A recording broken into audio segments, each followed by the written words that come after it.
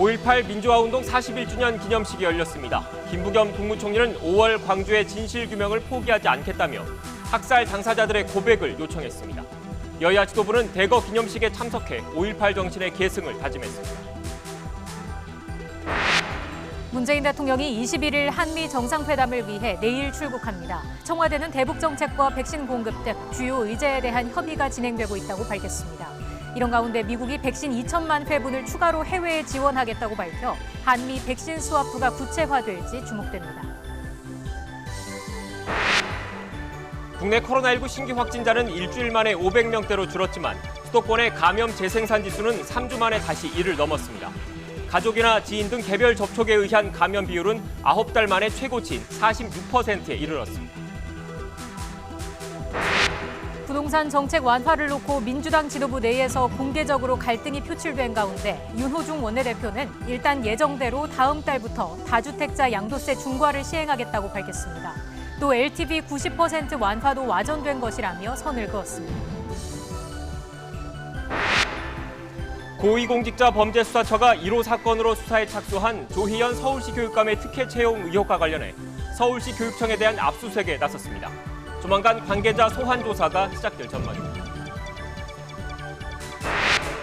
이스라엘이 8일째 가자지구 공습을 이어가면서 팔레스타인 민간인 희생자가 급증하고 있습니다.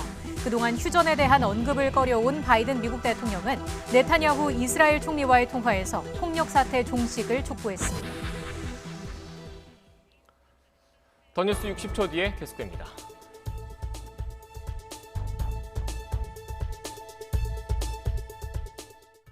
(1980년 5월) 광주의 봄은 잔인했습니다. 12.12 군사반란으로 권력을 장악한 신군부의 야욕에 짓밟혔습니다. 비상계엄 철폐와 유신 세력 척결, 민주주의를 향한 간절한 외침에 총뿌리가 겨눠졌습니다. 무자비한 탄압은 어른, 아이를 가리지 않았습니다. 평범한 시민들은 하나둘 쓰러져갔습니다. 광주의 절박한 현실은 폭동으로 왜곡됐습니다. 언론은 진실을 외면했습니다. 하지만 시민들의 열망은 꺾이지 않았습니다. 부상자를 위해서 헌혈에 앞장섰고 주먹밥과 음식을 나눴습니다. 모두가 거리에 투사였습니다.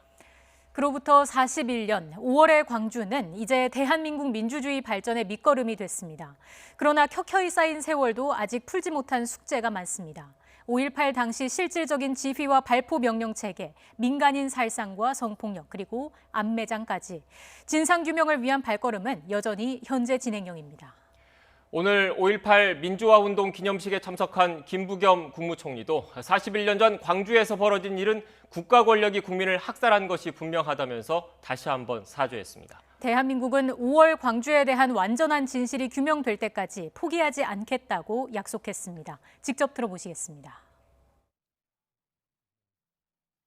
5월 광주 없이는 대한민국의 민주주의를 말할 수 없습니다.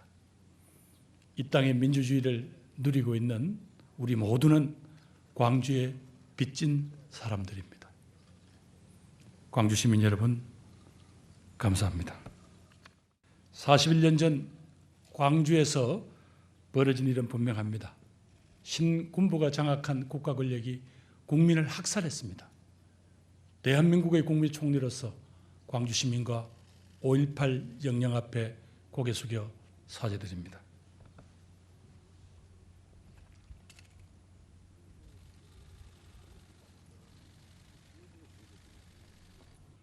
화해와 용서는 지속적인 진상규명과 가해 당사자들의 진정한 사과, 살아있는 역사로서 5월 광주를 함께 기억할 때 비로소 가능합니다. 아직도 찾지 못한 시신들, 헬기 사격, 발포 책임자 규명 등 밝혀내야 할 진실들이 많습니다. 유가족과 광주 시민들께 약속드립니다. 대한민국은 5월 광주에 대한 완전한 진실이 규명될 때까지 결코 포기하지 않을 것입니다. 여야 지도부도 5.18 광주 민주화운동 기념일을 맞아서 광주에서 진행되는 기념식에 대거 참석했습니다. 여기에 각 당 대선 후보들까지 호남을 집중적으로 찾으면서 민심과 표심 잡기에 주력하는 모습입니다. 취재기자 연결해서 자세한 내용 들어보겠습니다. 김주영 기자. 네, 국회입니다. 네, 먼저 오늘 5.18 기념식에 여야 지도부가 모두 참석했죠. 네, 그렇습니다. 오늘 오전 10시부터 진행된 제41주년 5.18 민주화운동 기념식에는 여야 지도부가 총 출동했습니다. 더불어민주당 송영길 대표는 기념식에 참석한 뒤 민주열사 묘역을 참배했고 국민의힘 김기현 당대표 대행도 기념식에 함께했습니다. 정의당 여영국 대표, 열린민주당 최강욱 대표, 국민의당 안철수 대표 등 지도부도 기념식에 참석해 유공자들에 대해 깊은 위로와 존경의 마음을 전했습니다. 민주당과 국민의힘은 공식 입장을 통해서도 5.18의 의미를 되새겼는데요. 민주당 이용빈 대변인은 5.18 민주화운동은 대한민국 민주주의의 소중한 역사지만 아직도 진실이 규명되지 않아 그동안 국론 분열의 도구로 악용됐다면서 완전한 진상규명과 피해자들의 명예회복에 앞장서겠다고 강조했습니다. 국민의힘 배준영 대변인 역시 5.18 민주혁명의 명복을 빌고 유가족, 광주 시민께 위로의 말씀을 드린다며 5월의 광주가 갈등을 완전히 이겨내고 통합과 화합의 정신으로 자리매김할 수 있도록 역사적 책임을 다하겠다고 다짐했습니다. 네, 이렇게 각 당 지도부는 물론이고 여당 대권 주자들도 5.18을 전후해서 호남으로 향했죠. 네, 이른바 민주당 대권 주자 빅3인 이재명 경기지사, 이낙연 전 더불어민주당 대표, 정세균 전 국무총리는 최근 잇따라 호남 지역을 훑었습니다. 하지만 각 주자의 방문은 조금씩 다른 특색을 보였는데요. 이재명 지사는 5.18 관련 행사에는 조용히 참석하는 대신 자동차 부품 관련 전북 경기 협약식, 기본소득 설명회처럼 경제에 방점을 찍은 행보들을 이어갔습니다.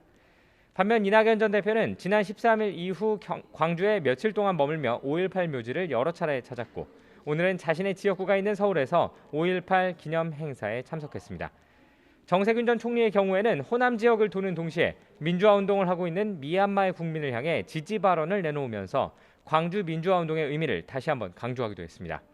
이처럼 여당 대선 주자들이 자신의 특색을 살리면서도 호남 공략에 집중하는 것은 호남이 민주당의 전통적이고 강력한 지지 기반이기 때문입니다.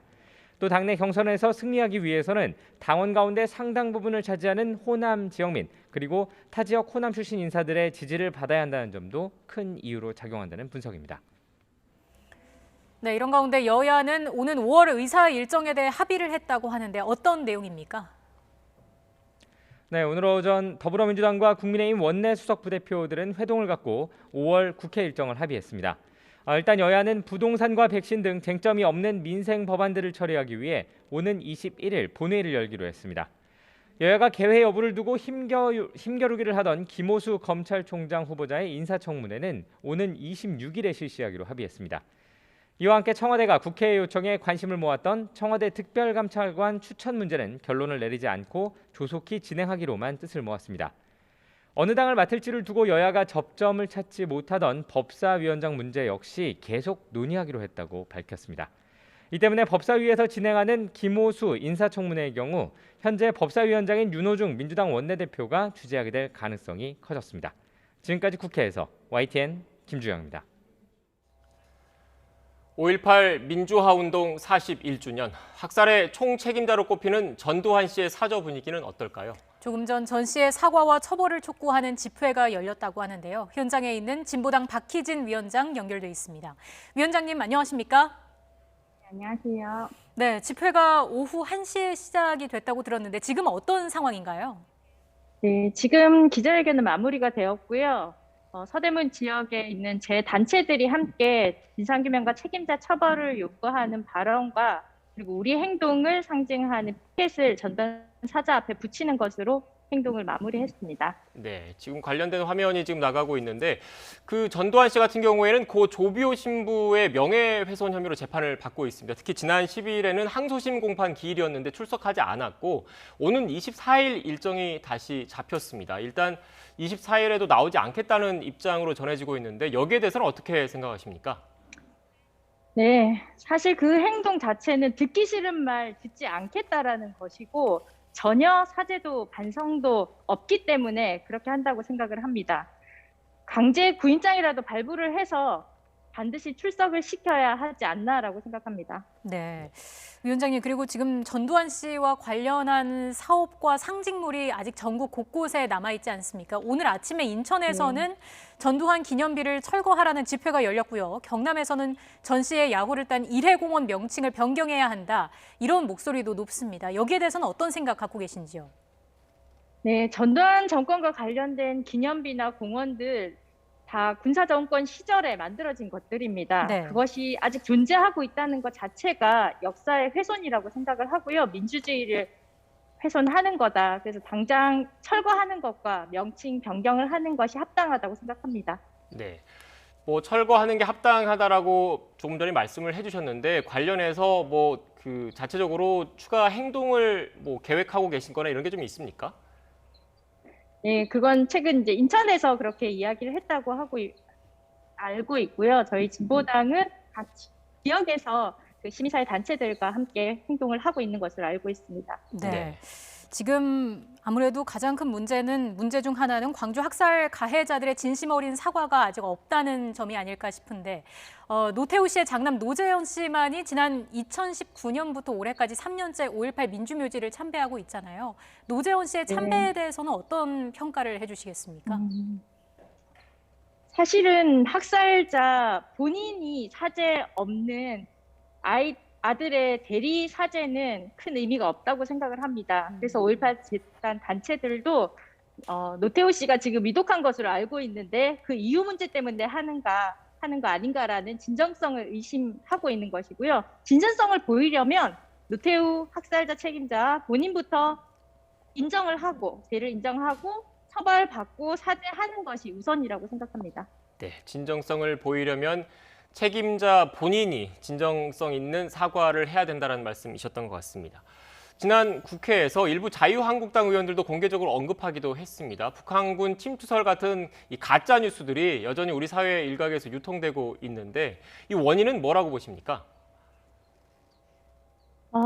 철저한 진상 규명이 아직 되지 않기 때문에 그런 문제들이 발생을 한다고 보고 이미 피해자가 명백히 있고 그리고 최근 진상조사위에서 발표를 했듯이 학살에 명령에 의해서 가담했던 계엄군들의 양심 선언들이 이어지고 있는 상황에서 전혀 필요 없는 가짜 뉴스 역시 진상 규명과 철저한 책임자 처벌로 역사를 바로 세워야지 이러한 것들이 없어질 거라 생각합니다. 네, 위원장님 조금 전에 철저한 진상규명이 안 되고 있는 게 원인이라고 말씀하셨는데 그렇다면 어떤 부분에 중점을 두고 이 진상규명 작업을 해야 될 것으로 보십니까? 사실 41년이 지나도록 진상규명이 안 되는 것은 전두환을 비롯한 신군부 핵심들이 자신의 죄를 인정하지 않는 부분인데요.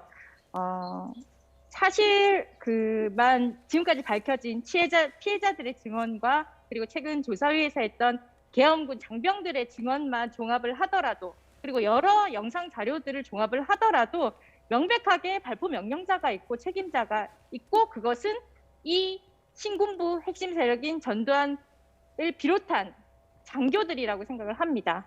그렇기 때문에 그런 부분까지 포함을 해서 사실 인정을 시키고 처벌을 하는 것이 합당하고 그것이 제대로 된 진상규명이 아닌가 생각합니다. 네, 제대로 된 진상규명이 필요하다 말씀을 해주셨고요. 위원장님 혹시 오늘 기념식 보셨습니까? 저 오전에 다른 일이 있어가지고 기념식을 보지 못했습니다. 그렇군요. 올해 5.18 기념식이 예전과는 조금 달라진 면도 있었는데 특히 국민의힘 의원들이 처음으로 유족회 초청을 받아서 추모제에 참석을 하기도 했습니다. 어떻게 좀 보고 계시는지요? 저는 사실 5.18 정신은 이 신군부 핵심 세력이 자신들의 정권 창출을 위해서 죄 없는 국민들을 학살한 사건이라고 보고 그것을 지키려 했던 우리 광주 시민들은 이 땅의 민주화 자주를 지키기 위한 투쟁이었다라고 생각을 합니다. 근데 사실 여러 최근 정치인들도 많이 발언을 하지만 5.18 정신이라는 것은 그만큼 민주화 자주를 지키기 위한 민중들의 민주화 운동이라고 생각을 하는데 어떻게 보면 신군부의 정당의 후신인 정치인들이 그렇게 한다는 것 자체가 사실은 조금 어이가 없기도 하고 오히려 그러한 발언이 아니라 철저한 진상 규명이 되도록 학살 책임자인 전두환 노태우부터 사죄하도록 만드는데 그 당이 역할을 다해야 된다고 생각합니다. 네, 알겠습니다. 지금 그 위원장님께서 현장에서 이렇게 생중계로 연결을 하기 때문에 얼굴 모습이 제대로 보이지 않는 측면이 있었는데 네. 이 부분은 시청자 여러분께 양해를 부탁드리겠습니다. 그리고 지금까지 진보당 박희진 위원장님 말씀 고맙습니다. 네, 감사합니다.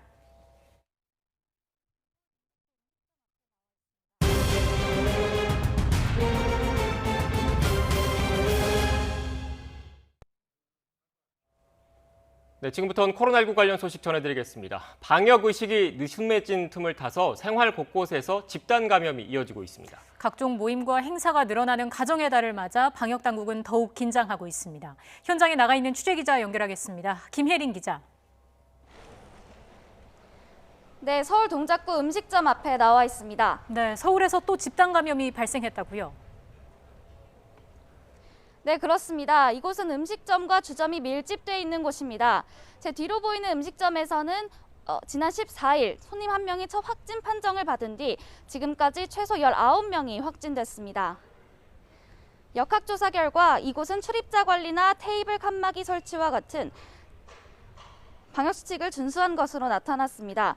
하지만 테이블 간격이 좁아 밀집도가 높았던 것이 감염 확산의 원인으로 추정됩니다. 현재 방역당국은 접촉자 80여 명을 우선 검사했고 지난 8일부터 15일 이곳을 방문한 이용객들에게까지 코로나19 진단검사를 받으라고 개별적으로 통보한 상태입니다. 이렇게 검사 대상자가 늘어난 만큼 확진자 수도 증가할 것으로 보입니다. 서울 노원구에 있는 고시원에서도 집단 감염이 발생했습니다. 지난 15일 고시원 거주자 1명이 처음 확진된 뒤 관련 확진자는 지금까지 11명으로 집계됐습니다. 접촉자 33명에 대한 코로나19 검사가 다 끝나지 않은 상황이어서 추가 확진자가 나올 가능성도 큽니다. 역학조사 결과 이곳은 여러 명이 함께 생활하는 주거 공간이다 보니 마스크를 제대로 착용하지 않은 것으로 확인됐는데요. 또 화장실, 주방과 같은 공용 공간을 사용하면서 바이러스가 확산된 것으로 보고 있습니다. 방역당국은 여러 명이 함께 이용하는 시설에서는 반드시 마스크를 착용하고 1m 이상 거리 두기를 지켜달라고 당부했습니다. 이외에도 강동구에 있는 노래연습장 관련 확진자는 최소 41명이 확인됐으며 성북구 정교시설에서는 지금까지 20명이 감염됐습니다. 해이해진 방역의식을 틈타 확산세가 꺾이지 않은 가운데 가족과 지인 모임 등 확진자와 개별 접촉으로 감염된 비율은 46%에 이르고 있습니다. 이는 확진자의 개별 접촉을 집계에 반영하기 시작한 지난해 8월 이후 최고치인데요. 또 지난 한 주간 감염 재생산 지수가 전국 단위에서 0.99인 반면 수도권 지역에서는 1.03으로 3주 만에 다시 1을 넘어 우려가 큽니다. 특히 5월 가정의 달을 맞아 가족과 지인 간 만남과 모임이 늘어나면서 이동량까지 증가해 방역당국은 더욱 긴장하고 있는데요.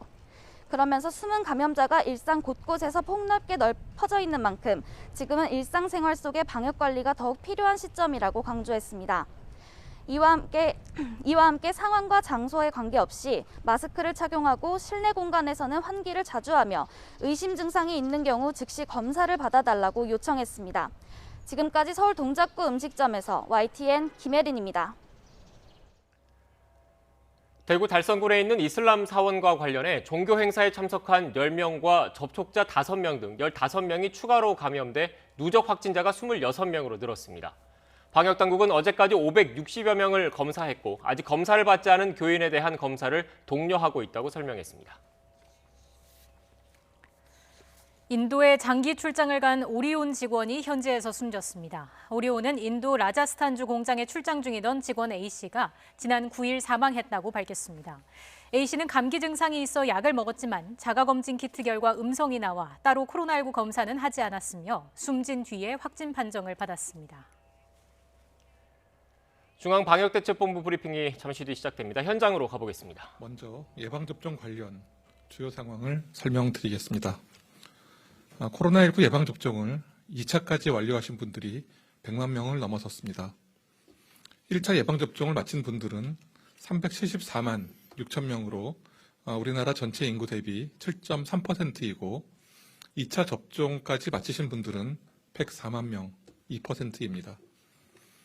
65세 이상 어르신들의 그 예약률은 50%를 넘어섰으며 60세에서 74세까지 어르신 등 451만 9천 명이 예약을 완료하셨습니다. 오는 6월 3일까지 60세에서 74세 연령층 예방접종 예약이 진행됩니다. 1339 또는 그 지자체별 콜센터를 통해서 전화 예약이나 온라인을 통해서 가까운 의료기관을 통해 예방접종에 참여해 주시기를 당부드립니다. 오늘은 저 예방접종, 특히 60세 이상의 연령층에서의 그 중요성을 거듭 강조드리고자 합니다. 60세 이상의 연령층은 코로나19 전체 환자 발생의 26.9% 수준이지만 사망자는 95%를 상회합니다. 즉 60세 이상 연령대에서 코로나에 감염될 경우 100명 중에 5명은 사망에 이를 정도로 치명률이 높습니다. 주소지와 관계없이 평소에 다니시던 그 어떤 병원이나 또는 편리하게 이용할 수 있는 의료기관을 선택하셔서 예방접종을 예약하여 주시기 바랍니다. 가정 내에 어르신이 계신 경우에 차질 없이 접종을 마칠 수 있도록 접종 전에 예약 상황을 잘 확인하여 주시고 접종 후에도 건강 상태를 잘 살펴주시기 바랍니다. 다음은 백신 공급 상황에 대해서 말씀드리겠습니다. 개별 계약된 화이자 백신 43만 8천 회분이 내일 인천공항에 도착합니다. 이로써 상반기에 도입 예정인 700만 회분 중에서 총 331만 2천 회분이 도입 완료되고 나머지 368만 8천 회분도 매주 차질 없이 공급될 그럴 예정입니다. 다음으로는 최근에 젊은 연령층에서 주로 이용하고 있는 다중 이용 시설에서의 집단 감염 사례에 대해서 설명을 드리겠습니다. 올해 들어서 노래방과 PC방 이런 다중 이용 시설 관련해서 집단 감염 사례가 총 10건 발생하였습니다. 총 환자는 281명입니다. 대표적인 사례인 제주시의 대학교 사례를 보면 노래방과 PC방, 볼링장 등 7개의 다중 이용 시설을 방문했고 해당 시설에서 지인과 이용자, 방문객 등에게 확산되었습니다. 서울시 강북구 노래연습실 그리고 PC방 관련 사례의 경우에도 해당 시설 이용자와 가족, 지인 그리고 시설 종사자와 방문객으로 확산되었습니다. 노래방과 PC방 같은 장소는 보통 환기가 좀 미흡한 편이고 또 밀폐된 제와 같은 곳에 위치한 곳이 많고 또 이런 시설 특성상 장기간 체류함에 따라서 감염과 전파의 위험이 있습니다. 따라서 다중 이용 시설을 이용하실 때에는 반드시 마스크를 착용하여 주시고 거리 두기 준수, 음식 섭취 자제, 이용 시간 최소화와 같은 방역 수칙을 철저히 지켜주셔야만 감염병을 예방할 수 있겠습니다. 또한 시설 관리자와 종사자께서도 충분한 환기와 소독을 실시하셔야 하며 종사자 본인은 물론 방문객에 대해서도 마스크 착용과 손소독, 거리 두기 등에 대해서 안내하여 안전하게 시설을 이용할 수 있도록 관리하여 주시기 바랍니다. 다음으로 변이 바이러스 발생 상황에 대해서 설명드리겠습니다. 방역당국은 변이 바이러스 감시 강화를 위해서 관련 분석을 지속적으로 확대하고 있습니다. 지난 일주일간도 외국의 분석 목표치인 5%보다 4배 정도 많은 21.2%의 유전자를 분석하였습니다. 지난 1주간 코로나19 확진자에 대한 유전자 분석 결과 247건의 주요 변이 바이러스가 추가로 확인되었습니다. 유형별로는 영국형 변이가 199건으로 가장 많았고 남아공 변이가 18건, 브라질형 변이가 1건, 인도형 변이가 29건이었습니다. 지난해 10월 이후에 그리고 지난 10월 이후부터 현재까지 확인된 주요 변이 바이러스는 총 1113건이며 유형별로는 영국형 변이가 904건, 남아공형 변이가 111건, 브라질형 변이가 11건, 인도형 변이가 87건이 확인되었습니다. 지난 1주간 신규 확진자 247명에 대해서 경로를 살펴보면은 해외 유입 단계에서 52명이 발견됐는데 검역 단계에서 24명, 자가격리 단계에서 27명이 확인되었습니다. 국내 발생은 195명인데 주로 집단 사례 관련 조사 중에 확인된 것입니다. 변이 바이러스 대응을 위해서 저희 방역당국은 이런 상황에 대해서 신속히 판단하고 또한 보다 적극적인 차단을 위해서 중앙 지자체 간 합동 대응팀을 꾸려서 운영 중입니다. 면밀한 모니터링과 함께 선제적 검사의 대상을 확대하고 접촉자와 다중이용시설 등에 대해서 관리 감독을 철저히 하는 것과 같은 강화된 조치를 지속적으로 시행하도록 하겠습니다. 이어서 인도발 입국자 관련 상황 설명드리도록 하겠습니다.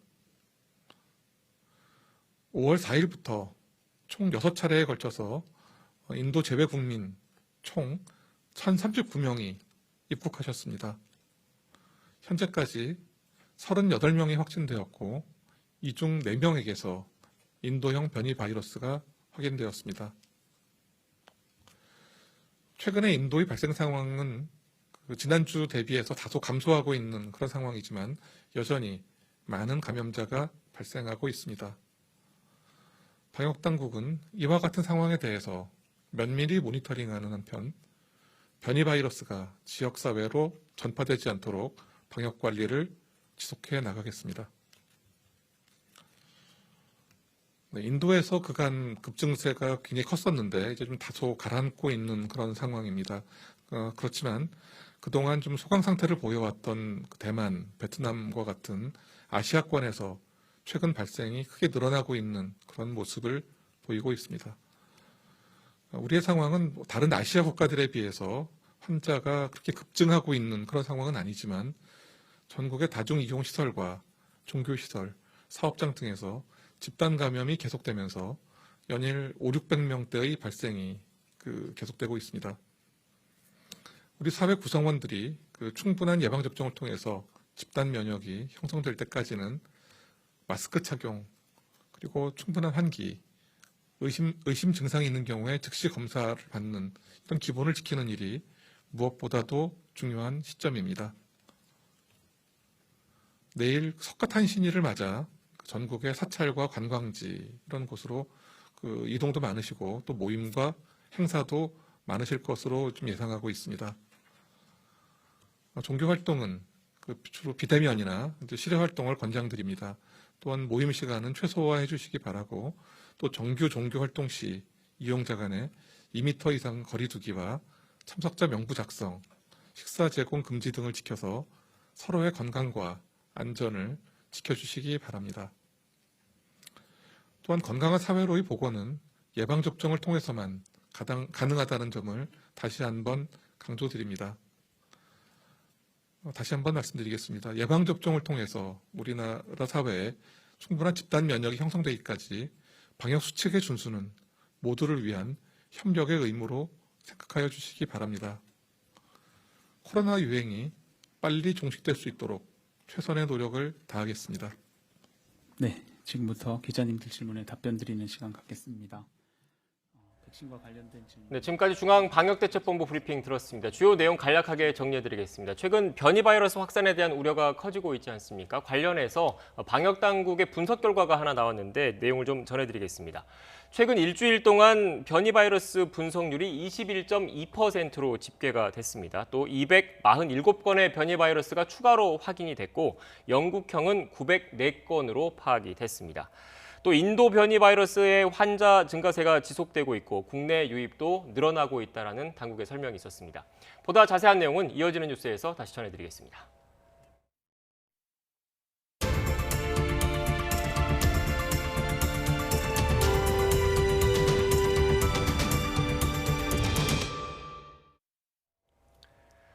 문재인 대통령이 한미 정상회담 참석을 위해서 내일 출국합니다. 3박 4일 동안 미국을 방문해 정상회담 외에도 여러 일정을 소화할 것으로 전해졌습니다. 취재기자 연결해서 자세한 방미 일정 알아보겠습니다. 홍성기 기자. 네, 청와대입니다. 네, 문재인 대통령이 내일 오후에 출국한다고요. 네, 문재인 대통령이 한미 정상회담 참석을 위해 내일 오후 출국합니다. 정만호 청와대 국민소통수석은 문 대통령이 조 바이든 미국 대통령의 초청으로 현지 시각 19일부터 22일까지 미국 워싱턴을 공식 실무 방문한다고 밝혔습니다.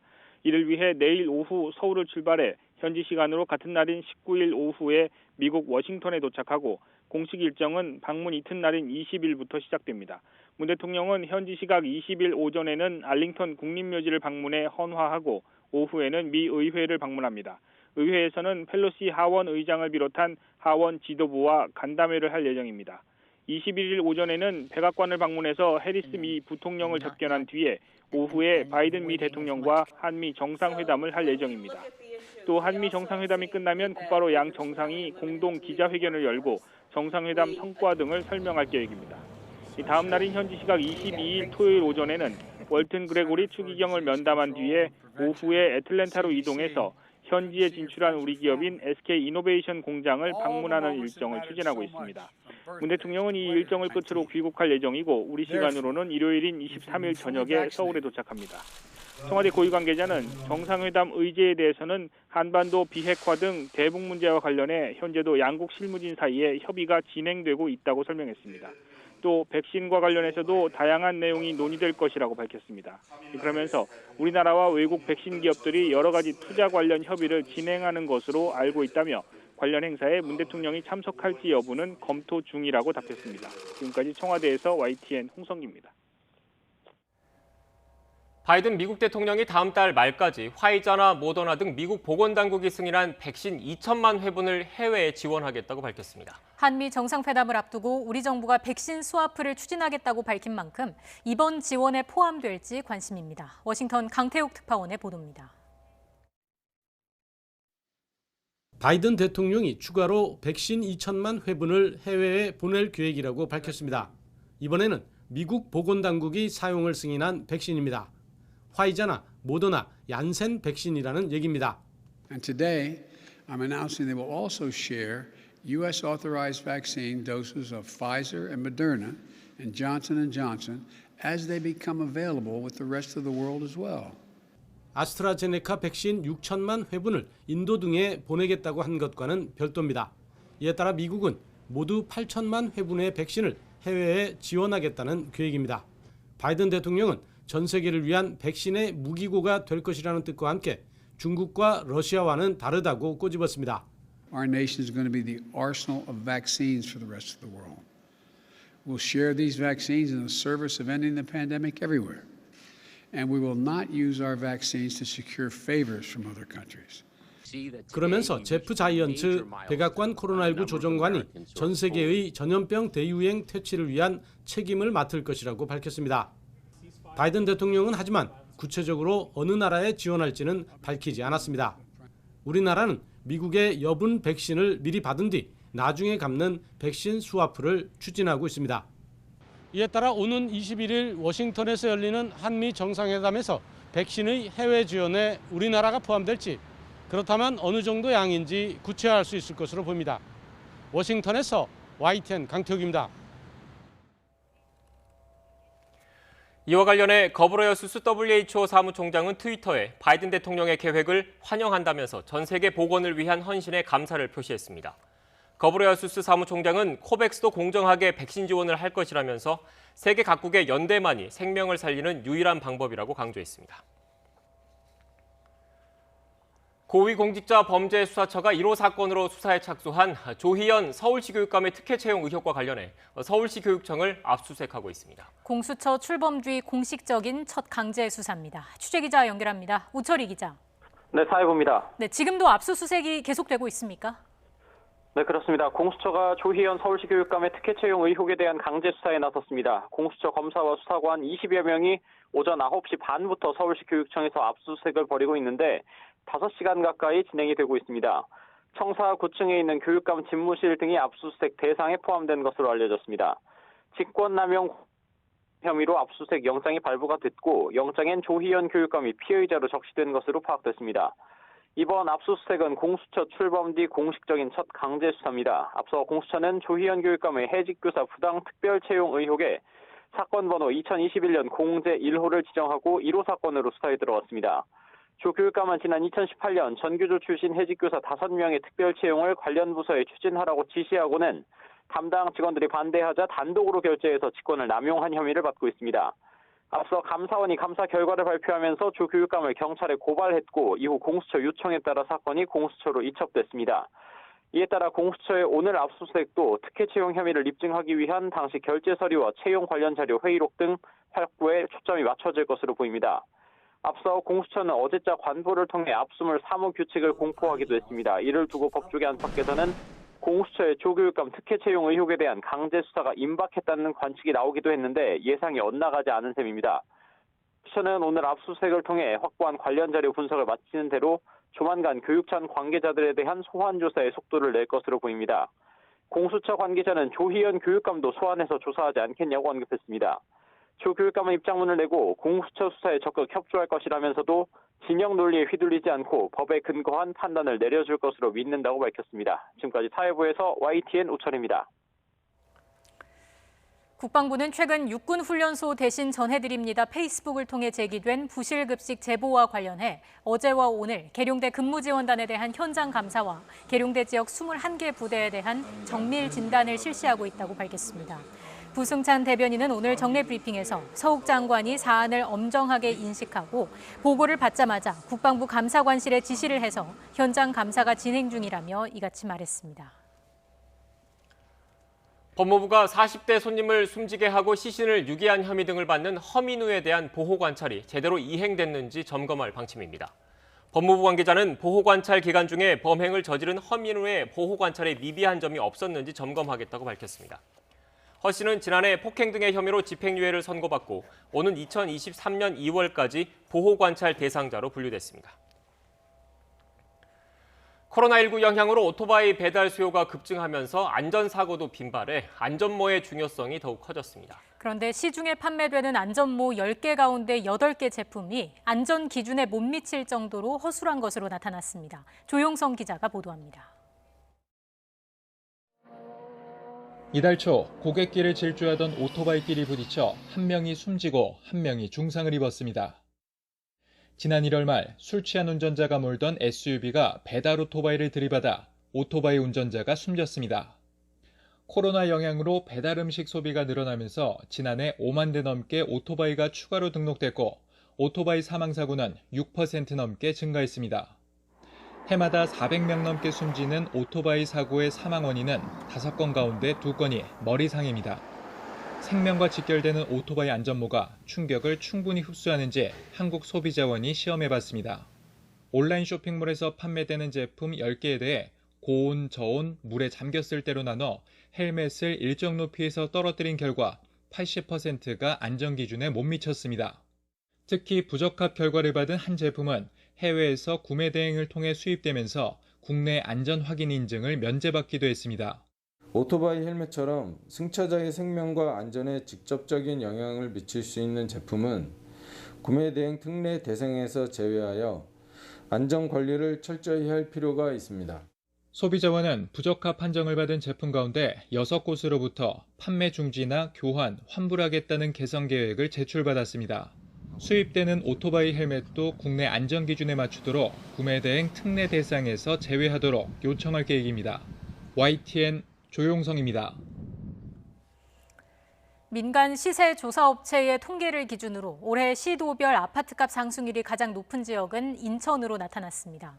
부동산 114가 올해 4월까지 17개 시도의 아파트값 변동률을 조사한 결과 인천이 6.78%로 가장 높았고 경기와 대전, 충북 등이 뒤를 이었습니다.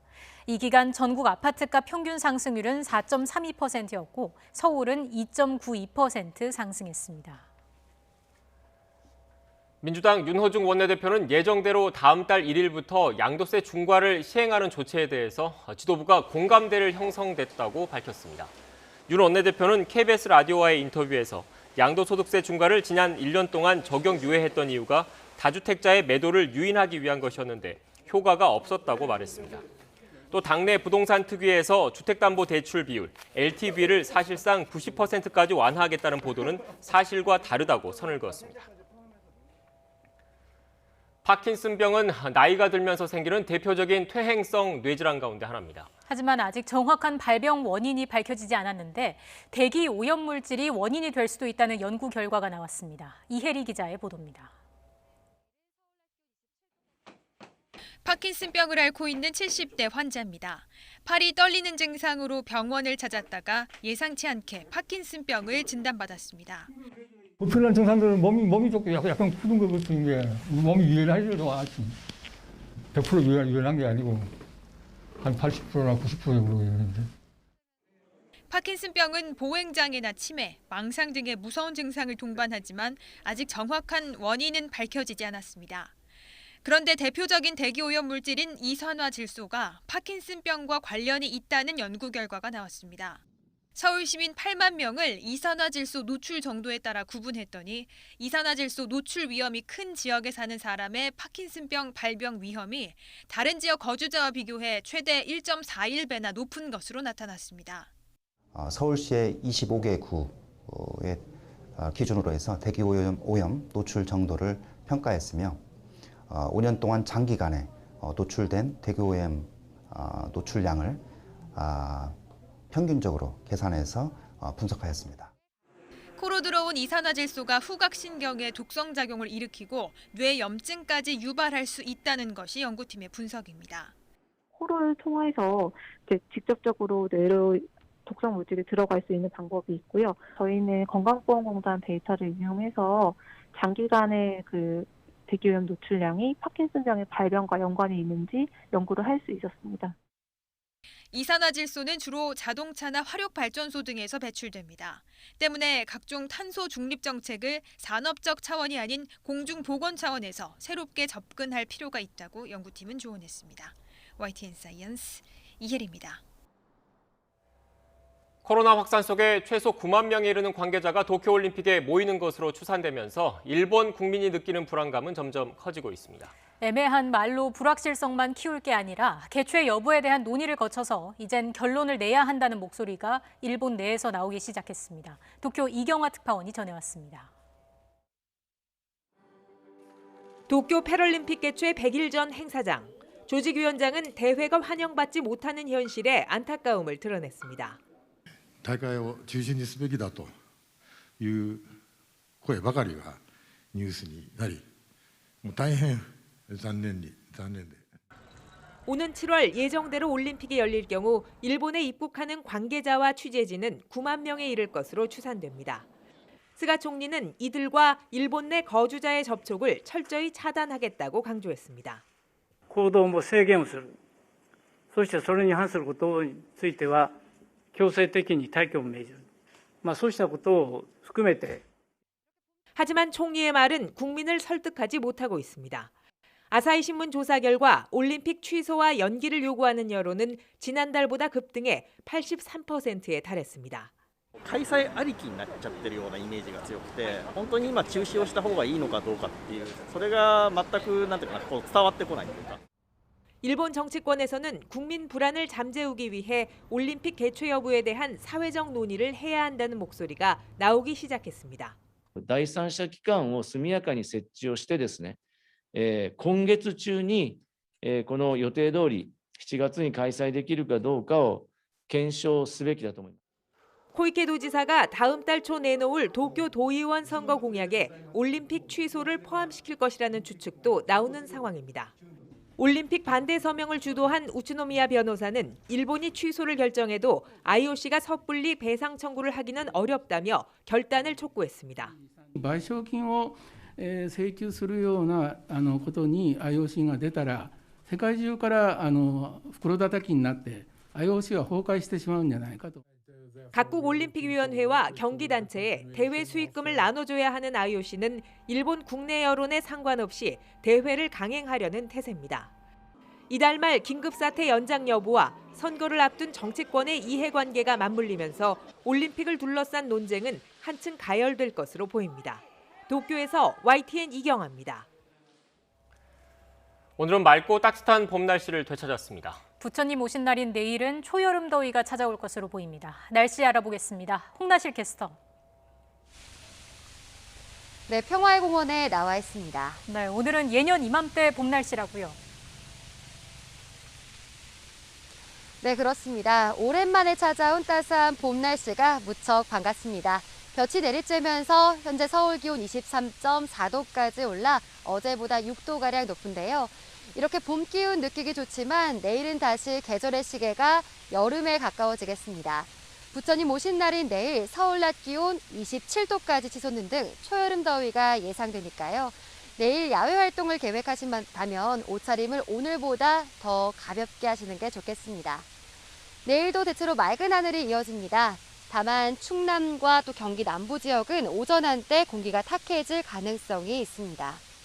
낮 기온은 오늘보다 2에서 6도가량 높아 덥겠는데요. 내일 서울 낮 기온 27도, 대전과 광주 28도, 대구는 29도로 초여름 더위가 찾아오겠습니다. 목요일인 모레까지 25도를 웃도는 처여름 더위가 이어집니다. 다만 모레 낮부터 또다시 전국에 비가 내리겠는데요.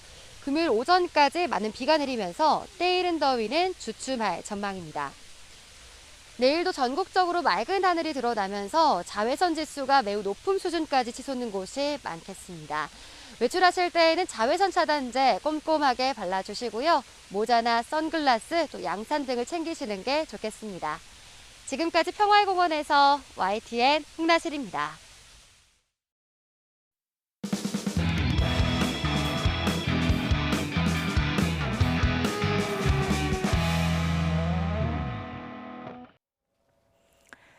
(12.12) 쿠데타로 군부를 장악하고 이듬해 광주에서 학살을 주도한 전두환 씨.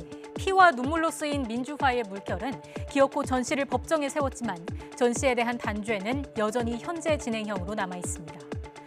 전 씨가 처음 법정에 선 건 광주 민주화 운동이 일어나고 꼭 16년 만이었습니다. 군사 반란과 내란 수괴 등 9개 혐의로 재판에 넘겨져서 1심에서 사형을 선고받았습니다.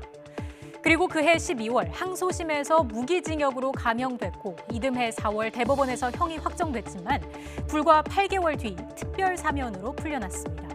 그렇게 논란 속에 사법 절차는 마무리됐지만 전 씨의 진심 어린 사과는 없었습니다. 오히려 끊임없이 5.18의 아픔을 부정하며 공분을 자아냈습니다. 젊은 사람들이 나한테 대해서는 아직 감정이 안 돼. 내한테 당해보지도 않아놓고. 결국 지난 2017년에는 회고록을 통해서 5.18 당시 계엄군의 헬기 사격을 증언한 고 조비오 신부를 파렴치한 거짓말쟁이라고 매도했습니다. 이 때문에 전 씨는 사자 명예훼손 혐의로 다시 한번 재판을 받게 됐죠.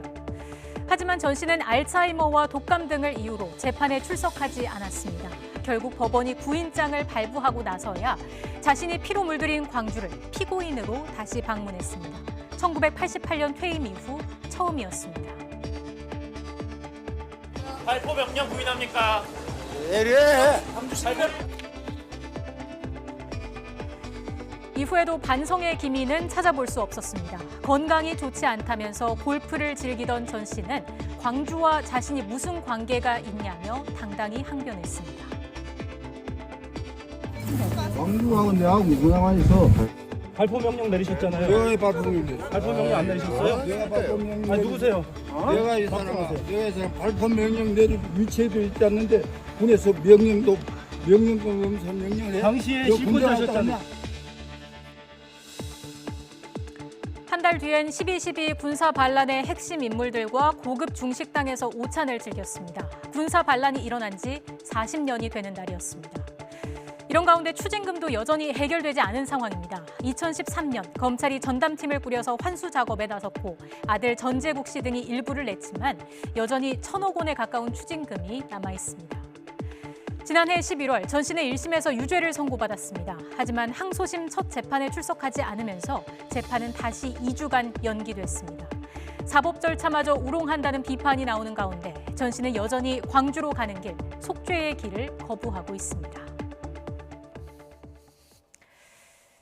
5.18 민주화운동을 가해자의 시각에서 풀어낸 영화 아들의 이름으로가 개봉 첫 주에 10,000명을 돌파했습니다. 독립영화로서는 의미 있는 기록인데요.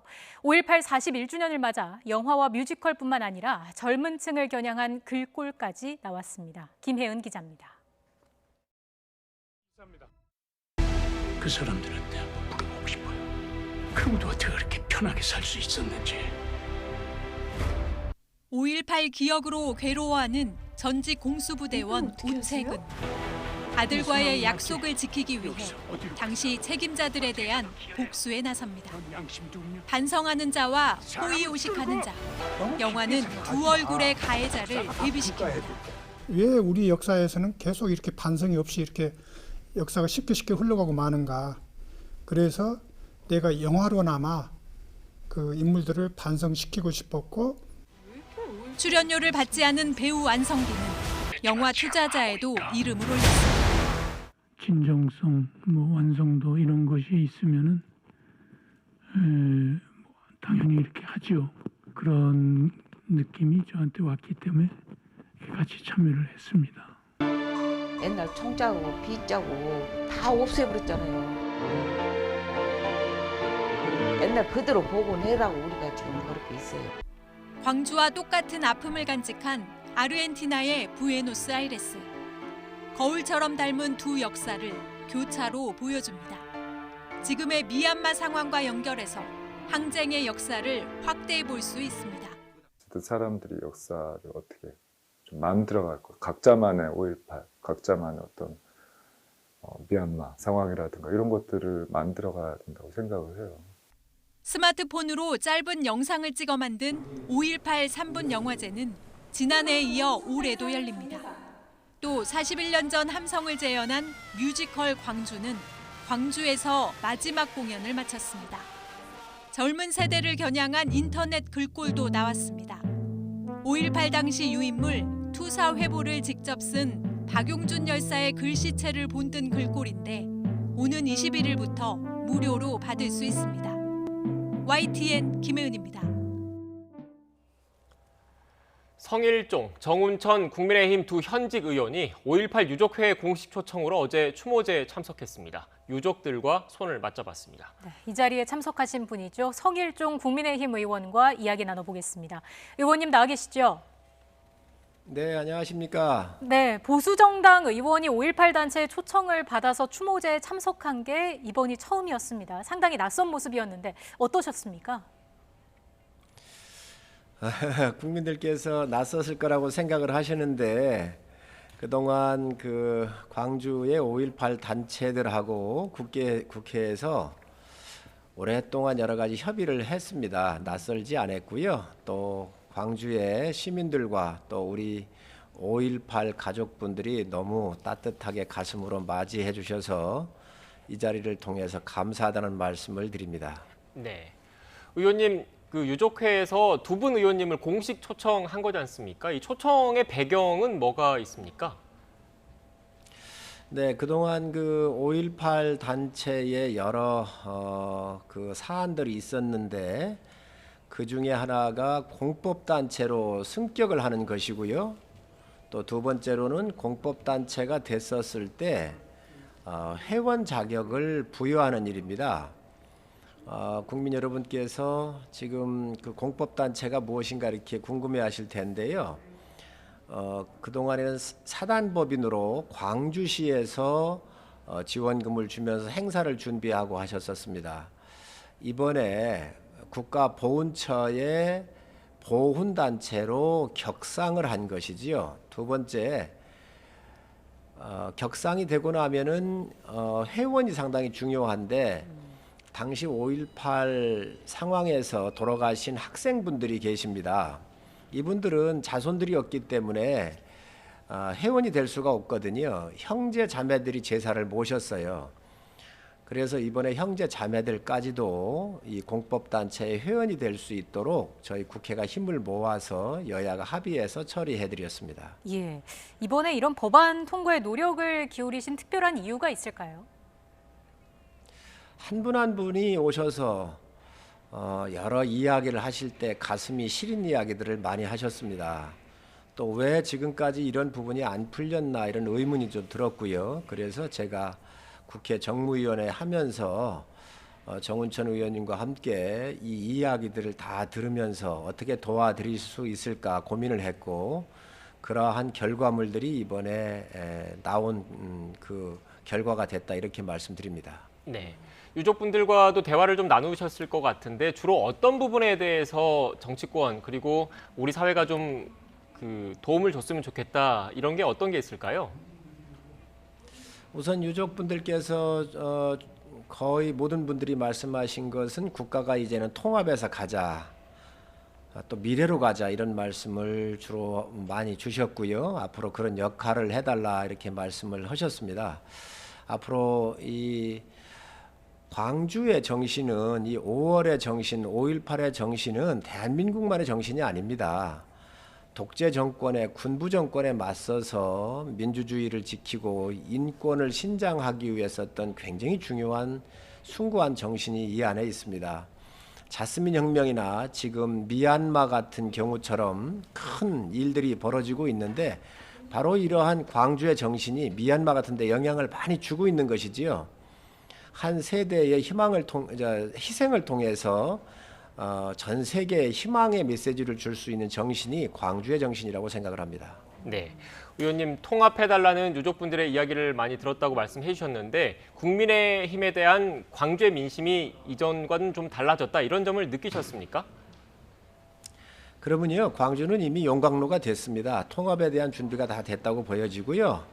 어느 당이든 통합을 하는데 여야가 어디 있나, 또 광주 정신의 여야가 어디 있나, 이게 김영훈 그 5.18 유족회장님의 말씀이셨고 또 다른 분들도 그런 말씀을 다 주셨습니다.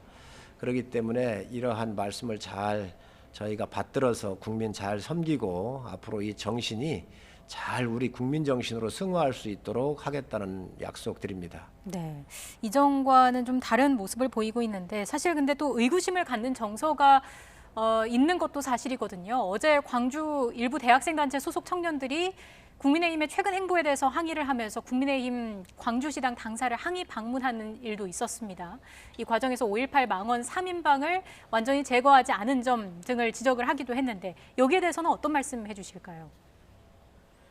민주국가에서 여러 가지 의견들은 충분히 나올 수 있다고 보여지고요. 그러한 이야기가 나오는 게 또 좋은 국가고 그런 의견들을 다 그렇게 표출할 수 있습니다. 개념하지 않고요. 앞으로 국민 통합이나 또 광주 정신이 잘 발현될 수 있도록 저희가 앞장서겠다는 약속드립니다. 네. 의원님께서 또 보도 자료를 내셨지 않습니까? 앞서 쭉 말씀을 해주셨는데 그 5.18 광주 정신을 계승하겠다라는 거는 이제 의원님은 그런 생각을 갖고 계시는 거고 이게 국민의힘의 전반적인 분위기라고 봐도 되겠습니까? 그러면요, 저희 의원들 모두가 다 그런 같은 생각들을 가지고 있고요. 또 그런 열린 마음으로 우리 대한민국 앞으로 가야 된다고 생각을 합니다. 네. 그리고 지금 정치권에서 5.18 정신을 헌법에 담아야 한다 이런 이야기도 나오고 있습니다. 여기에 대해서는 어떻게 생각하십니까? 20대에서 제가 개헌 특위위원을 했었거든요. 네. 당시에도 이 이야기가 있었습니다. 저희 당의 정강정책에도 5.18 정신이 명기가 되어 있습니다. 그렇기 때문에 헌법을 바꾸는 것은 언제 바꿀지 모르겠지만 아마 이 헌법 개정에 대한 문제가 나오면 자연스럽게 이런 부분도 토론의 의제로 오를 수 있을 것이라고 생각을 합니다. 네. 앞서 제가 5.18 망원 3인방을 완전히 제거하지 않는 점 등이라고 이야기를 했는데 이 부분 제명이라는 점으로 다시 한번 좀 정정을 해드리겠습니다. 의원님, 이번 초청을 계기로 해서 국민의힘의 이른바 호남 구애가 좀 더 본격화할 수 있을까요? 어떻게 보십니까? 5.18에 참석하는 거하고 호남에 구애하는 거하고는 좀 별개의 문제지요. 정말 저희가 앞으로 가슴을 열고 또 우리 호남에 대해서 지금 동행을 하고 있는데 이게 정치적인 계산으로 표를 계산해서 접근하면 전 실패한다고 보여집니다. 진정성을 가지고 앞으로 어느 지역이든 똑같이 하면서 국민 섬기고 또 지역에 문제가 있으면 저희가 적극적으로 나서서 푸는 역할을 하도록 하겠습니다. 네. 앞서 그 헌법과 관련된 개헌과 관련된 이야기를 추가적으로 좀 더 질문을 좀 드릴게요. 이 부분에 대해서 앞으로 개헌 논의가 좀 본격적으로 이루어진다면 이 개헌이라는 게 국회 전반의 의석수 문제도 있겠지만 여야의 그런 합의가 제일 중요한 거지 않습니까? 이게 좀 가능할지 좀 더 어떻게 전망을 하시는지 좀 얘기를 해주시죠. 헌법 전체를 다 개정한다고 하는 것은 굉장히 어렵습니다. 이 사람의 기본권부터 다 봐야 되는 문제가 있기 때문에요. 전에도 아마 이 권력구조 개편만 얘기가 나왔었거든요. 지금 현재 대한민국이 겪고 있는 여러 가지 혼란상이 권력구조의 문제가 크기 때문에 그렇습니다. 앞으로 이 권력구조의 문제에 대해서는 여야가 서로 많이 교감을 하고 있는데 그 시기적으로는 예측할 수 없지만 언젠가는 한번 여야가 진심을 다해서 한번 토론해야 될 아젠다가 아닌가 생각을 합니다. 네, 여야가 진심으로 토론해야 될 의제라고 말씀을 해주셨습니다. 마지막으로 5.18 광주민주화운동 41주년입니다. 국민들 그리고 유족분들에게 하시고 싶은 말씀 간략하게 전해주시죠. 광주에 희생이 없었으면 저희가 오늘 같은 자유의 공기를 마음껏 마실 수가 없었을 겁니다. 5월의 영령들 덕분에 자유로운 대한민국이 있었고 또 우리가 이 자유의 공기를 마음껏 누릴 수 있습니다. 다시 한번 5월의 영령분들한테 감사와 존경의 마음을 올려드리고요. 또 그동안 마음에 가슴앓이를 하고 계신 우리 유족분들 위로의 말씀 드리고 앞으로 광주를 비롯해서 어느 지역이든 저희가 국민 섬김을 열심히 하면서 또 낮은 자세로 잘 받들겠다는 말씀 드립니다. 감사합니다.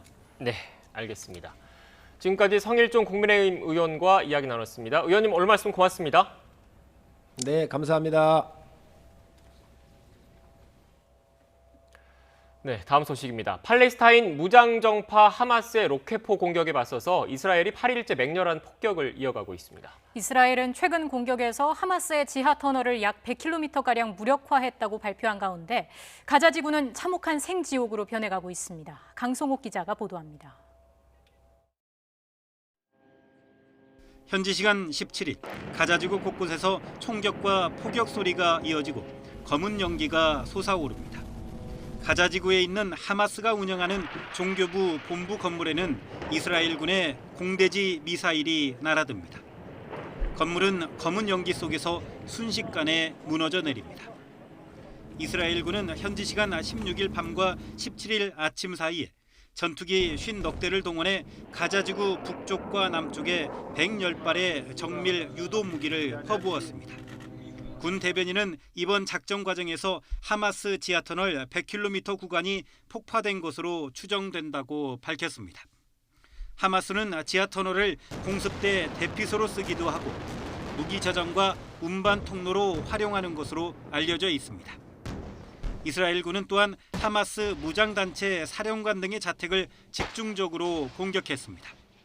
이 과정에서 무장단체인 이슬라믹 지하드 PIJ의 가자 북부 지역 사령관인 후삼 아부 하비드가 사망한 것으로 알려졌습니다. 가자 지구에는 공습으로 사흘째 전기 공급이 끊긴 가운데 식량과 물 공급마저 쉽지 않아 인도주의적 위기 가능성이 커져가고 있습니다. نحن شباب نريد فقط تحرير المسجد الأقصى فقط نريد أن نصلي في المسجد الأقصى لا نريد أي شيء نريد أيضا أن نضغط على الحكومة لتراجع الاتفاقيات اللي قاعدين ندفع فلوس عليها. 양측의 충돌이 시작된 지난 10일 이후 이스라엘군은 가자지구를 1180여 차례 공습했고 가자지구에서 이스라엘로 날아든 로켓포탄은 3,100여 발이 넘었습니다. 가자지구 보건부는 누적 사망자가 200명을 넘었고 부상자도 1,300명을 넘었다고 밝혔습니다. 사망자 가운데에는 어린이 58명, 여성 34명이 포함되어 있습니다. 이스라엘 측 사망자는 어린이 2명을 포함해 모두 10명으로 집계되고 있습니다. YTN 강성욱입니다. 이스라엘과 팔레스타인의 충돌에 민간인 희생이 크게 늘면서 그동안 휴전 문제에 대한 언급을 꺼려온 미국이 폭력 사태 종식을 촉구하고 나섰습니다. 조 바이든 미국 대통령은 베냐민 네타냐후 이스라엘 총리와 통화하면서 휴전에 대한 지지 입장을 밝혔습니다. 유럽을 순방하고 있는 토니 블링컨 미 국무장관도 양측의 충돌 종식을 위해서 미국이 총력을 다하고 있다며 민간인 보호를 촉구했습니다. 일론 머스크 테슬라 최고 경영자의 트윗으로 테슬라 주가가 하락하면서 머스크의 재산도 줄었습니다. 블룸버그 통신은 머스크가 세계 2위 부자 자리를 베르나르 아르노 루이비통 모에 헤네시 회장에게 내주고 3위로 한 계단 하락했다고 전했습니다. 머스크의 재산은 지난 1월 최고치보다 24% 감소한 1,606억 달러, 182조 8천억 원으로 186조 6천억 원인 아르노 회장보다 적었습니다. 가상화폐 시장이 요동치는 가운데 가짜 머스크들까지 시장에서 판을 쳐서 사기 피해가 큰 것으로 나타났습니다. 미국 연방거래위원회 FTC에 따르면 머스크를 사칭한 사기꾼들이 지난해 10월부터 6개월 동안 가상화폐 투자자들로부터 최소 200만 달러, 우리 돈 22억 7천여만 원을 가로챘습니다. 이들은 머스크처럼 행세하며 투자자들에게 몇 배로 돌려주겠다고 약속한 뒤 송금받은 가상화폐를 챙긴 것으로 드러났습니다. 16개월 입양아 정인이를 학대하고 아내의 폭력을 방조한 혐의로 1심에서 징역 5년을 선고받은 양부가 판결에 불복해 항소했습니다. 양부 안모 씨는 오늘 서울 남부지방법원에 항소장을 냈습니다. 1심 재판부는 지난 14일 안 씨가 배우자의 기분만 살피고 꺼져가는 아이의 생명에는 무신경했다며 징역 5년을 선고하고 법정에서 구속했습니다.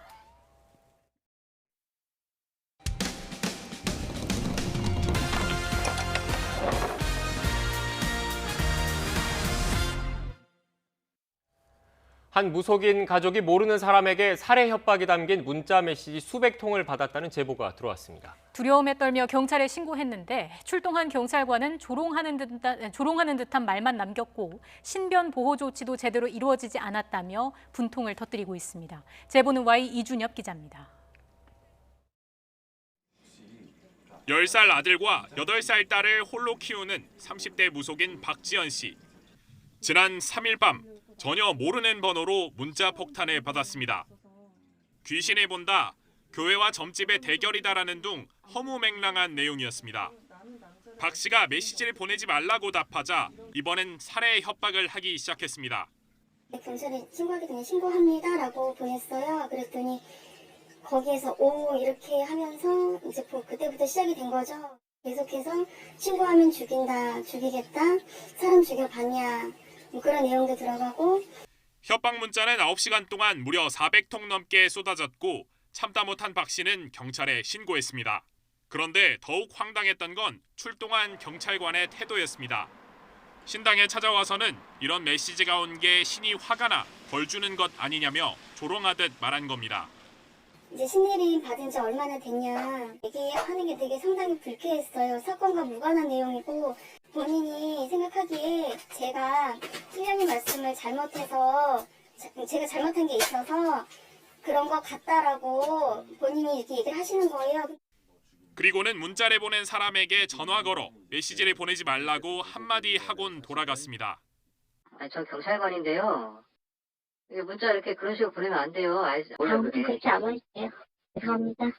이후에도 협박은 계속됐고 심지어 10살 아들 휴대전화에까지 죽이겠다는 내용의 메시지가 왔습니다. 끝이 없네요, 정말. 아이들에게 해가 미칠까 두려움이 커진 박 씨는 지난 6일 경찰에 신변보호를 신청했고 심사를 거쳐 보호 대상으로 등록됐습니다. 필요할 때 자녀 등하교를 돕겠다는 약속도 받았습니다. 그런데 막상 박 씨가 지구대에 보호를 요청하자 곤란하다는 대답이 돌아왔습니다. 저희가 학생을 데리고 등하교를 시켜드릴 수는 없어요. 일어날 수 있을 것이다라는 그 개연성이 있다는 사건에 경찰이 대치를 할 수는 솔직히 없어요. 왜 그렇게 되면은 국민 100명당 경찰관 100명이 있어야 되는 거잖아요. YTN 취재가 시작되자 경찰은 담당 지구대에서 보호 대상 정보를 빨리 전달받지 못해 잘 몰랐다면서 신변보호를 거절한 건 아니라고 말했습니다. 신당에 출입했던 경찰이 한 발언은 분위기를 누그러뜨리려 한 취지였다고 해명했습니다. 이것저것 자연스럽게 이제 얘기를 하다 보니까 그런 얘기가 나온 것 같아요. 그런 부분은 좀 더 교육을 해서 자살이 없도록 저희 주의하겠습니다. 사건 발생 일주일이 지나서야 경찰은 문자를 보낸 20대 남성을 특정해 정보통신망법 위반 혐의로 입건했습니다. 경찰은 이 남성이 박 씨 모자의 전화번호를 알게 된 경위와 범행 이유를 조사하고 있습니다. YTN 이준엽입니다.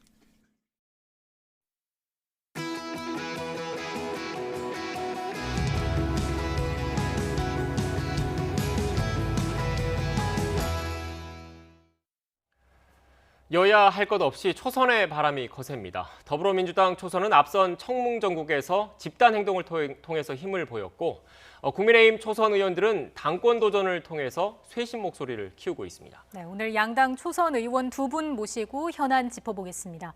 더불어민주당 초선 의원 모임 더민초 운영위원장인 고영인 더불어민주당 의원, 국민의힘 정치개혁 모임 초심말리 공동대표인 박수영 국민의힘 의원 나오셨습니다.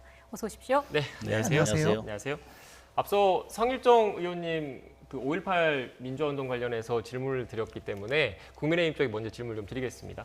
국민의힘의 호남구에 진정성이 있다고 봐야겠습니까? 그렇습니다. 저희는 뭐 전국 정당을 지향하고 있고요. 이 좁은 한반도에서 그나마 남한 반밖에 안 되는데 호남, 영남 이렇게 쪼갠다는 것은 이미 그것 자체가 구태라고 생각을 합니다. 그리고 저희 강령에 보면은 뭐 3.28 대구 민주화운동, 뭐 그다음에 대전 민주화운동, 부마항쟁, 5.18 광주 민주화운동까지 대한민국 현대사를 이끌어온 자유민주주의를 지키고자 하는 정신들 이걸 모두 승계한다고 되어 있습니다. 그리고 그 약속을 지키기 위해서 의원들이 열심히 하고 있고 어제 뭐 성일종 의원이라든지 정원초 의원이 40년 만에 처음으로 공식 초청받아서 참여하지 않았습니까?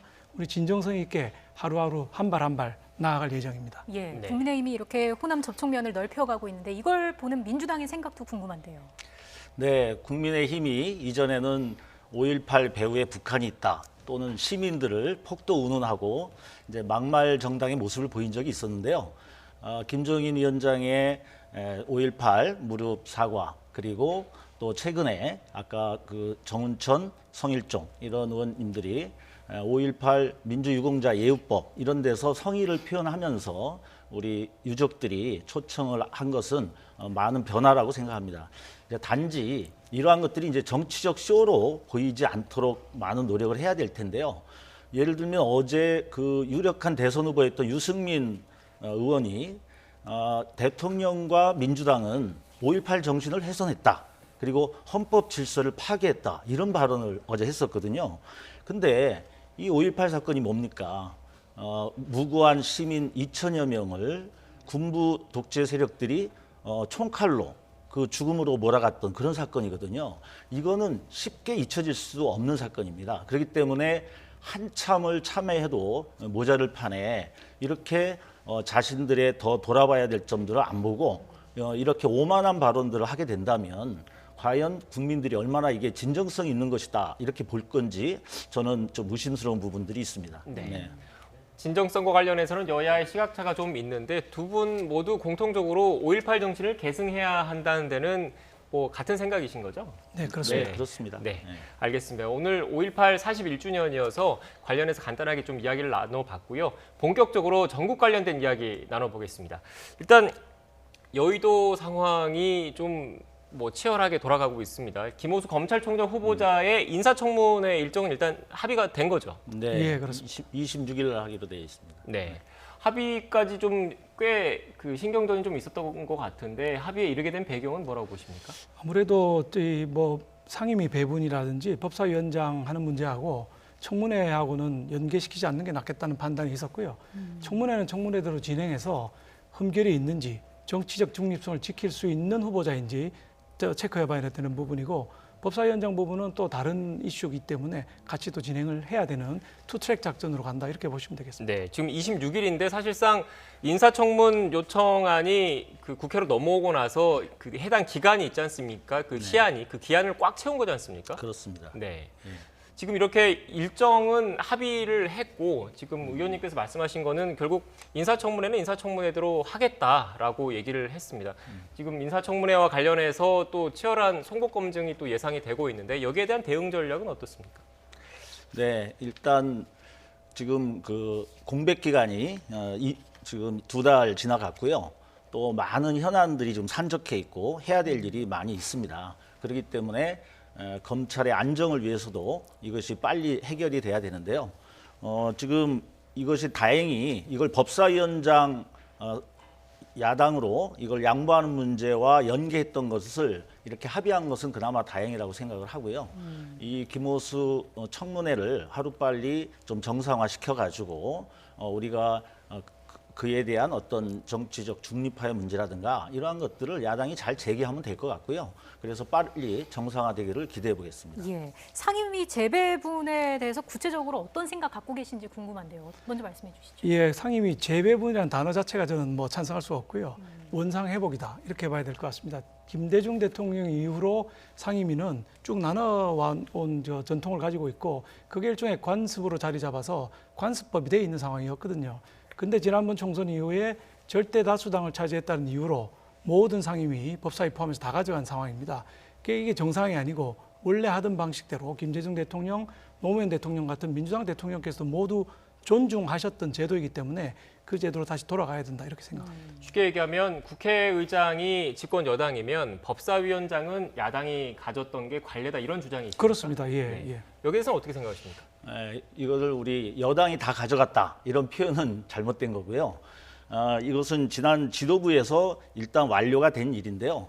당시에 상임위 7개 저희들이 야당 몫으로 가져가야 된다라고 저희들이 했던 일이고 단지 이제 이 법사위원장 문제는 야당에게 양보한 적도 있고 그렇지 않은 적도 있습니다. 그런데 우리가 20대에서도 보면 그 야당 법사위원장으로 인해서 뭐 세무사 관련 700여 명이 어떤 업무를 보는데 보류된다든지 또는 뭐 데이터 3법 이러한 것들이 여러 가지 발목 잡기로 안 된다든지 이런 그 많은 문제들을 야기했거든요. 그래서 우리가 이제는 이 법사위원장이 원래 기능대로 체계 자구 수정에 그치면 괜찮은데 이것이 상원 역할을 하면서 여러 가지 시급한 민생 현안이라든가 이런 것들을 막는다든가 또는 반대의 어떤 입장을 거기다 삽입한다든가 이런 부작용들이 많았기 때문에 일단 이것이 제대로 된 정상화된 법사위가 되기 전까지는 이 부분을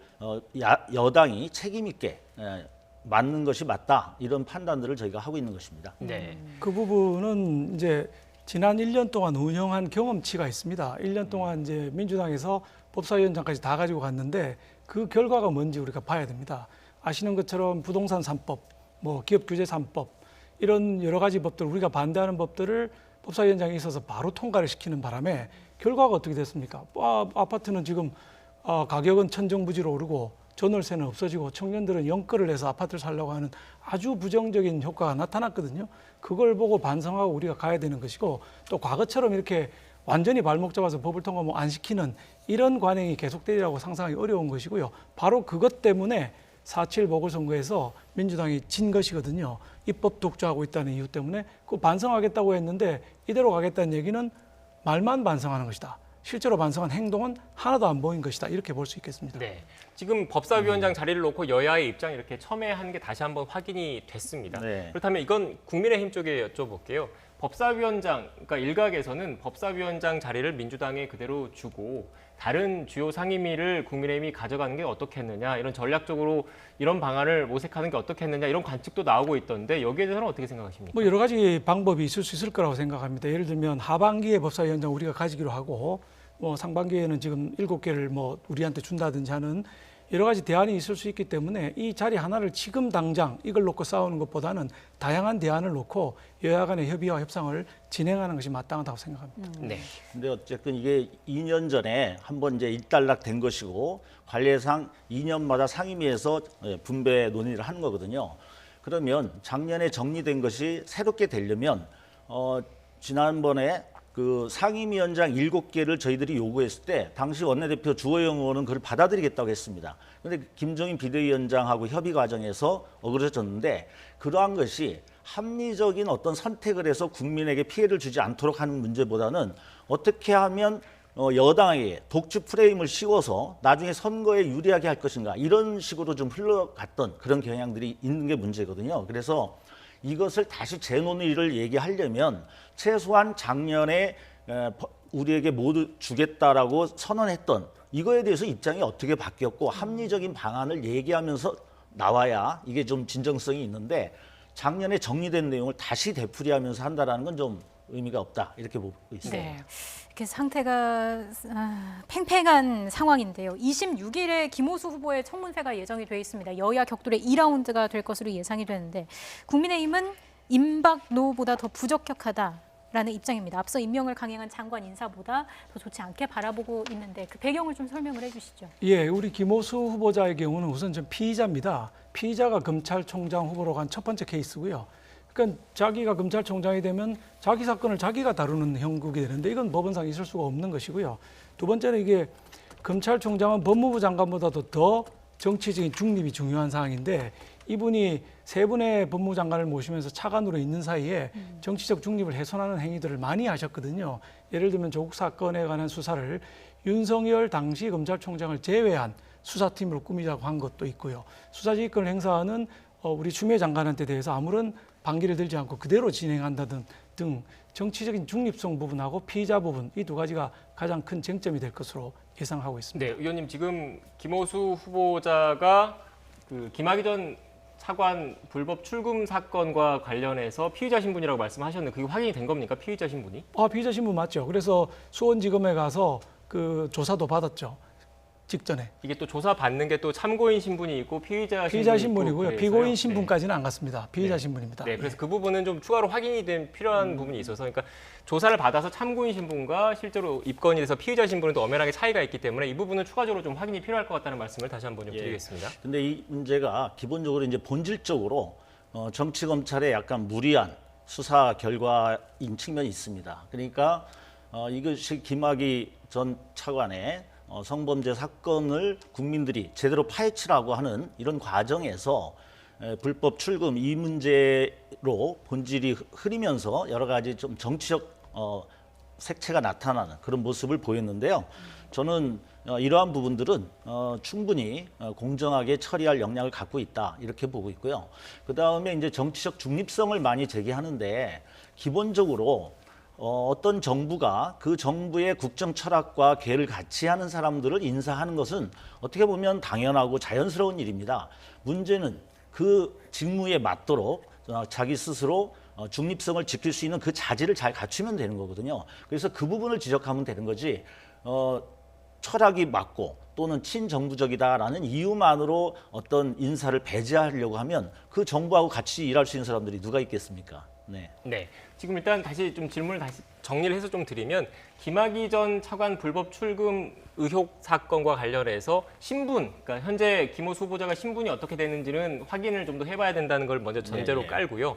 일단 그 부분에 대해서는 명확하게 아직 파악이 되지 않고 있지만 그 국민의힘 쪽, 그러니까 야당 쪽에서는 그 사건에 연루된 의혹 자체만으로도 문제가 있다. 그래서 철저하게 검증을 하겠다. 이런 입장이십니까? 이렇게 이해를 해도 되겠습니까? 당연하고요. 제가 알기로는 피고인 신분까지는 전환되지 않았지만 피의자 신분이라고 알고 있고 수원지검에 가서 수사를 받은 것으로 지명하기 직전에 수원지검에 가서 수사를 받은 것으로 알고 있습니다. 그리고 이 여러 가지 울산 사건, 울산시장 선거 부정 사건이라든지 조국 사건, 윤미향 사건 등등 여러 가지 정치적인 사건들을 어떻게 중립성을 가지고 해결할 수 있겠는가 이런 입장을 명확하게 청문회에서 밝혀야 될 걸로 보고 있습니다. 네, 알겠습니다. 일단 이 부분에 대해서 정확한 신분, 그러니까 그 수사 단계에서 어떤 신분인지는 저희가 검찰 쪽에서 확인이 아직 제대로 되지 않았기 때문에 좀 이 정도로 정리를 하고요. 중립성을 자꾸 얘기하시는데 사실은 정치를 하겠다고 총장을 사퇴한 전 총장이 있지 않습니까? 근데 지금 이번에 국민의힘에서 당대표를 나가는 후보들은 그렇게 좀 정치적 중립성을 제대로 지키지 못한 총장에게 그 구애를 하고 있어요. 더 친분을 과시하면서. 그러니까 이러한 모습을 보면서 단지 차관을 한 김호수 후보에게 이런 식으로 또 정치적 공세를 하는 건 무리가 있다 이렇게 생각하고 있습니다. 네, 알겠습니다. 일단 김호수 검찰총장 후보자 청문회에서도 또 치열한 공방전이 예상되고 있습니다. 주제를 좀 바꿔보겠습니다. 일단 앞서 저희가 앵커 멘트에서도 좀 전달해드렸는데 최근 양당 모두 초선 의원들의 목소리가 지금 커지고 있습니다. 앞서 의원님께서 말씀하셨기 때문에 현재 국민의힘 쪽 초선들 전반적으로 당의 쇄신이 필요하다 이런 입장인 거죠? 그렇습니다. 저희는 이 21대 시작 때부터 당의 쇄신, 혁신 없이는 우리가 대선 승리가 어렵다. 대한민국 발전이 어렵다 이렇게 보고 있는 상황이고요. 최근에 당대표 선거와 최고위원 선거에 이미 우리 6명이나 초선이 출마해 있는 상황이라서 민주당과는 확연하게 차이 날 정도로 많은 수의 사람들이 당대표 선거와 최고위원 선거에 지금 출마해 있는 상황입니다. 지금 세대 교체가 필요한 상황이라고 보시는 거군요. 당연합니다. 우리 지난번에 4.7 보궐선거에서 오래간만에 이겼는데 4연패를 하다가 보궐선거에 이긴 승리 방정식이 2030 또는 샤이진보 중도에 속한 사람들이 저희 당을 지지했기 때문에 저희가 압승을 거둘 수 있었거든요. 이분들의 지지를 일회성이 아니고 지속적으로 가져가기 위해서는 뭐니 해도 당의 지도부의 쇄신, 인적 쇄신이 필요하다 이렇게 보고 있습니다. 네, 민주당 이야기도 해보겠습니다. 앞서 그 이른바 청문정국에서 그 초선 의원들의 모임이 좀 큰 역할을 한 것 아니냐 이런 관측도 분석도 나오고 있던데 어떻게 보십니까? 네, 저희들은 대통령께서 국민들의 냉정하고 또 높아진 눈높이를 잘 여론을 반영해서 국정 운영을 보다 안정적으로 이룰 수 있도록 그런 충정심에서 저희들은 이제 의견들을 좀 전달을 했고요.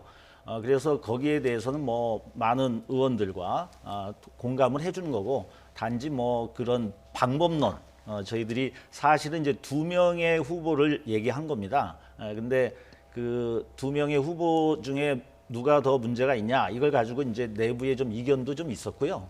또 다른 측면에서는 대통령이 여러 가지 국회나 국민들의 여론을 수렴하고 계신데 여기서 우리가 누구 후보를 특정하는 것은 더 큰 부담을 준다. 이제 이런 측면들 때문에 저희들이 이제 그런 방식은 취했다 이렇게 말씀드릴 수 있겠습니다. 네, 초선으로서 거침없이 자기 평가를 해주시는 분들인데 혹시 상대 당을 향해서 바라는 점이 있다면 한 말씀씩 좀 해주실까요? 순서 상대 먼저 제가 해주시죠. 아까 저는 우리 민주당 초선 의원들 특히 고영인 의원님 중심으로 너무 새로운 목소리를 많이 내주셔서 감사하다고 생각하고요. 바라는 것이 있다면 국회가 청와대 출장소가 아니라는 거, 청와대의 지시로 법을 무조건 빨리 통과시키려고 하는 이런 걸 버려서 상권 분립의 견제와 균형의 원리 이걸 중심으로 하는 국회로 자리매김할 수 있도록 해주셨으면 좋겠습니다. 네, 우리 박수영 의원님이 칭찬해 주셨으니까 저도 한마디 하겠습니다. 우리 박수영 의원님은 뭐 제가 오래전부터 아시는 분인데 굉장히 합리적이고 이렇게 대안 위주로 하시는 분이고 그래서 잘 이끌어 주시리라 믿고요. 단지 우리가 지난번 총선 때 이런 얘기가 있었습니다. 민주당이 잘해서가 아니라 국민의힘이 못해서 우리가 압도적 다수를 점했다 이런 얘기를 했죠. 그런데 이번에 재보궐선거도 마찬가지로 국민의힘이 잘해서라기보다는 저희들이 못해서 했다 이런 얘기가 있습니다. 그 얘기는 언제든지 우리가 국민들의 눈높이 기준으로 보면 언제든지 비판의 대상으로 전락할 수 있기 때문에 굉장히 겸손하고 진정성 있는 것들이 이제 중요하다고 생각합니다. 그래서 너무 이제 지금 여러 가지 말의 성찬이라든가 이런 것들이 끝나지 않고 행동으로 잘 보여줘서 좀 이미지 정치가 되지 않도록 하는데 우리 더불어민주당과 함께 우리 국민의힘 초선들도 좀 내부 쇄신을 제대로 해줬으면 좋겠습니다. 네, 지금 고 의원님께서 민주당의 쇄신을 위해서 목소리를 더 내겠다, 초선 의원들의 목소리를 내겠다 이런 입장을 표명을 해주셨는데 관련해서 지지자분들의 그 문자도 많이 받으십니까? 네, 지금 저희가 최근에 한 여러 가지 행보에 대해서 지역에서 뭐 많은 주민들과 또 많은 분들이 전화나 문자로 응원도 많이 해주시고요. 또 한편으로는 또 문자로 소위 뭐 문자 폭탄이라고 표현됐던 건데 이렇게 해서 또 비판하는 의견도 있습니다. 그렇지만 기본적으로는 아까 말씀드렸듯이 지금 저희들은 굉장한 위기의식을 갖고 있어요. 네. 지금 이 상태로 떠나간 민심을 다시 돌려세우지 않는다면 내년 대선이나 지방선거는 우리가 필패할 수 있다 이런 위기의식을 갖고 있거든요. 그래서 국민들의 민심을 제대로 귀 기울이고 그 반성하고 새로운 대안을 세우려고 하는 그런 행보입니다. 그래서 많은 국민들이 다양하게 이것을 응원해 주셨으면 좋겠고요.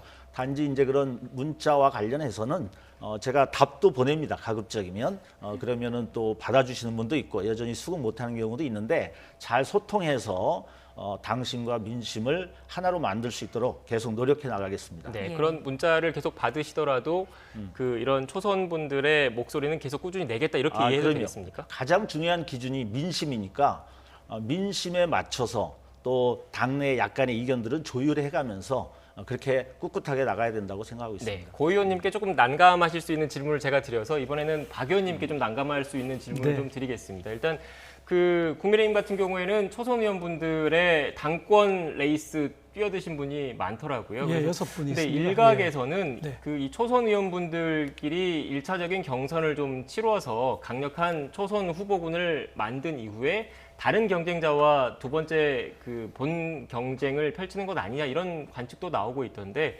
의원님께서는 어떻게 생각하십니까? 저희가 지금 당대표 후보가 두 사람이 나와 있습니다. 김웅 의원과 김은혜 의원 그리고 이준석 후보가 있는데 이게 이제 초선 그룹의 젊은 대표들인데요. 이분들 후보들의 경우는 저희가 토론회를 이미 하기로 했고요. 토론회 결과에 따라서 단일화도 가능할 것이다. 그래서 이 신구 대결에서 신인 세력들이 단일화를 통해서 당권을 직접적으로 노릴 그런 계획에 있습니다. 네. 예.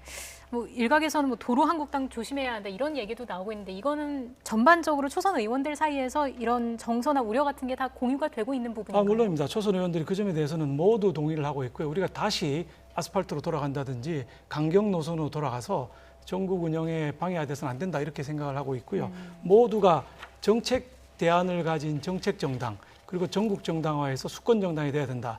이런 목표에는 우리 초선 의원 모두가 동의하고 있다. 이렇게 보시면 되겠습니다. 네, 알겠습니다.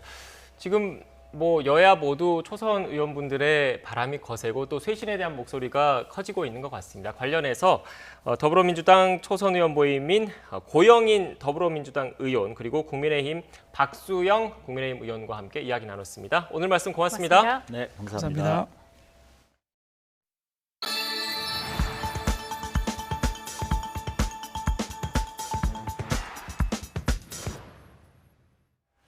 유럽의약품청이 화이자 백신을 영상 2도에서 8도 사이의 온도에서 31일 동안 보관해도 된다는 권고를 내놨습니다. 기존 5일에서 대폭 연장한 건데 유럽 지역 내 백신 유통을 더욱 용이하게 할 것으로 기대를 모으고 있습니다. 조수현 기자입니다.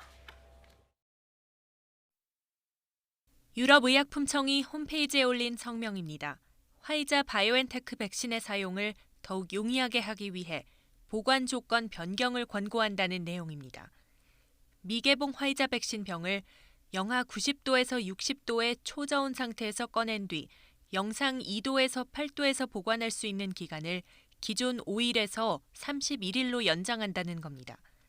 유럽의약품청은 화이자 바이오엔테크가 제출한 추가적 연구 데이터를 검토한 결과 이 같은 방침을 승인했다고 설명했습니다.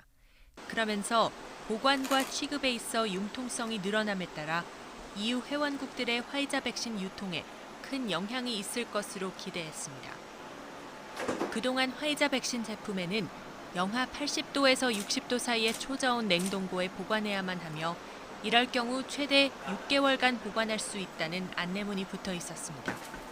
또 염분 희석제와 섞기 전에는 최대 5일간 일반 냉장 온도에서 보관할 수 있다고 돼 있었습니다.